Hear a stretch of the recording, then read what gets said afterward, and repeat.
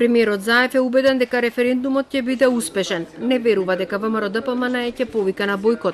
Ги повика сите граѓани да излезат, да гласаат и да донесат правилна одлука која ќе не ја обезбеди днината. Одговорноста ќе ја сносат по сите политички чинители. Не размислува дека цензусот може да не се исполни. Ве повикувам да докажете дека никој не може да ве поколеба да изберете. Излезете и изберете. Јас лично се уврзувам дека ќе го почитувам исходот од вашиот демократски избор без разлика на резултатот.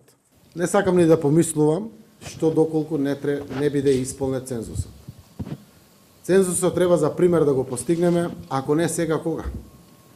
Ова е навистина важна одлука за граѓаните.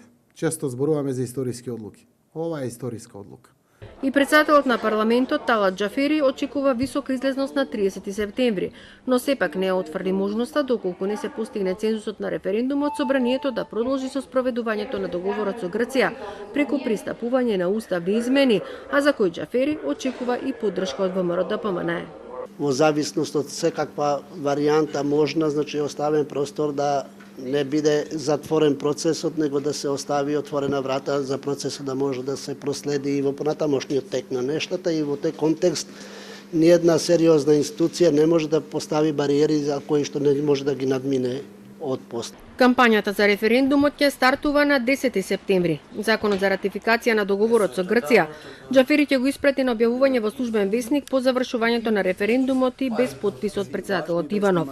Сметам дека најповолно време тоа да се случи е пост изјаснувањето на граѓаните во однос на референдумското прашање, затоа што целиот успех на спогодбата зависи од одлуката на граѓаните која што ќе ја донесат на референдумот, вели Џафери.